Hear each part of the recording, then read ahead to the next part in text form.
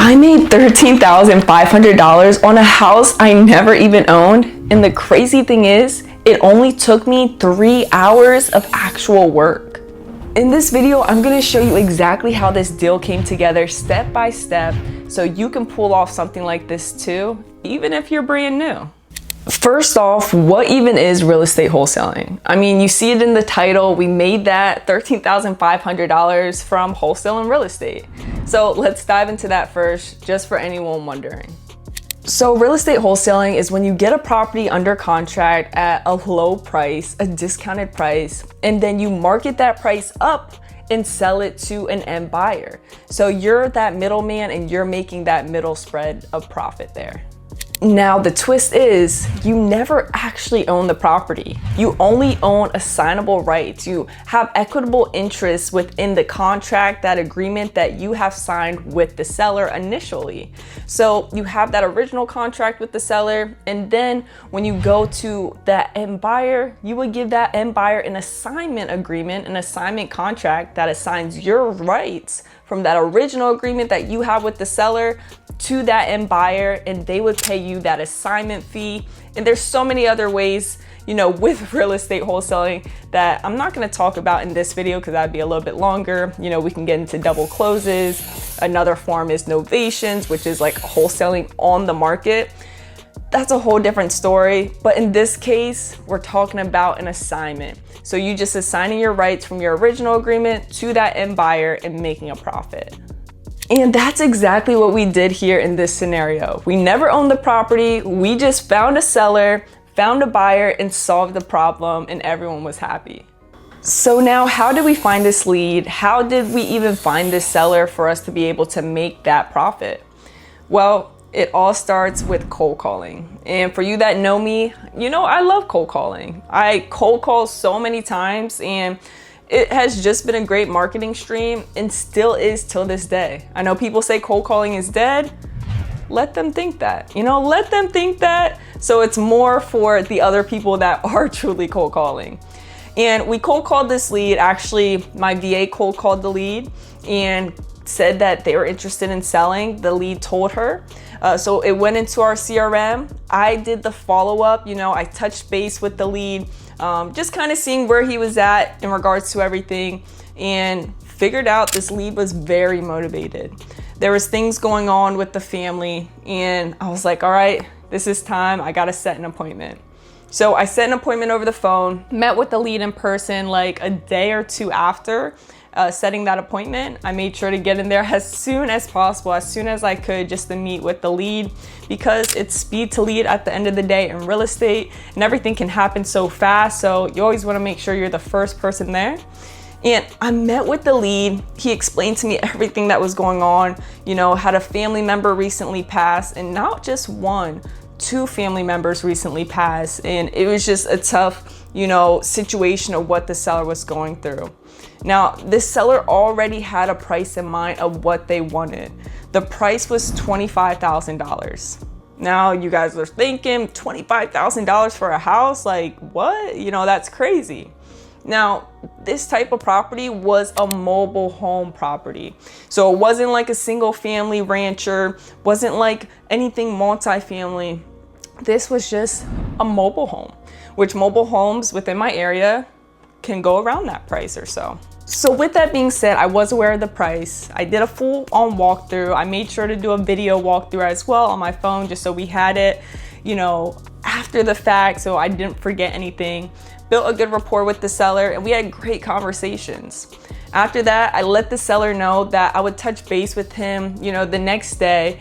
And usually you want to make sure as soon as possible, if you can, make an offer to the lead fast when you can. And the next day I did make an offer to the lead, and it's crazy because I was on vacation. So I was literally on my iPad with a whole nice view. As you can see, like, I had a nice view making this offer call on my vacation. And it's, that's a great part about being a real estate investor, being your own boss. You can work from anywhere and have a great time doing it. And I explained to him after running comps that we would be around that $25,000 price. Like, the way I explained it we knew that an as-is value of the property was around $35,000. So we already knew it was somewhat of a deal. Now, just from everything the seller's going through, I know some people may negotiate even lower, and I already knew 25K was a low price. So we just stuck at that price. We acted as if we were going lower, but we came to that price of $25,000 of what the seller wanted. So we were able to provide the seller what he wanted for the property. Now, literally after us and the seller agreed on that price of $25,000, I did not wait for us to sign that agreement for me to be back within the area, within the proximity where he's at, to get an agreement signed. I was like, oh, well, perfect. I'm actually on my computer right now. I can send this over and we can open escrow as soon as Monday. Since it was a Friday, we were getting this all dealt with. And he was on board. Everything was great. I walked through the agreement with him. We got that signed. And once you have it signed, it's just like a little celebration. It's always a good feeling when you get an agreement signed, a contract signed. So it was a good weekend, a good little vacation weekend, a little getaway. And after getting that signed, I sent it out to a buyer. And what I did is I had the video that I took previously. I sent it out to a buyer of mine at $38,500. Now you may be thinking, what, the as-is value is around $35,000. Right, it is, but why not push it out for a little bit more? Like, you truly never know what a buyer is willing to pay for a property. Every buyer has a different perspective of what they're gonna do with the property and how they're gonna make money off of it. So why not start a little bit higher from what you projected the price is going to be and maybe make that, right? And that's what I did. I put it out at $38,500 and that buyer wanted to see it. So he was like, Steph, when can I go see it? So all I had to do was reach out to the seller, reach out to the buyer, figure out a time for us to get in there. And he was like, hey, you don't even have to show up. I said, say less, I'll be doing other stuff. I'll be working, go for it. So he went on that appointment and he's like, Steph, I want it. Awesome. Sent that agreement and everything was good. And he didn't care how much our company was making. I know some buyers out there may care, but no, as long as they're making their profit, we're making our profit, seller's happy with their price, everyone's happy. So we agreed on that sell price of $38,500. The seller got their price of $25,000 and we made our price of $13,500. And when I say it only took me 3 hours worth of work, maybe it was less than that. Because the appointment I went on with the seller, maybe it was around 1 hour. Then I had calls back and forth with title company, buyer and seller, which average altogether may have been like 30 minutes. And then, I got to wire my account. So maybe saying 3 hours is being way overboard, right?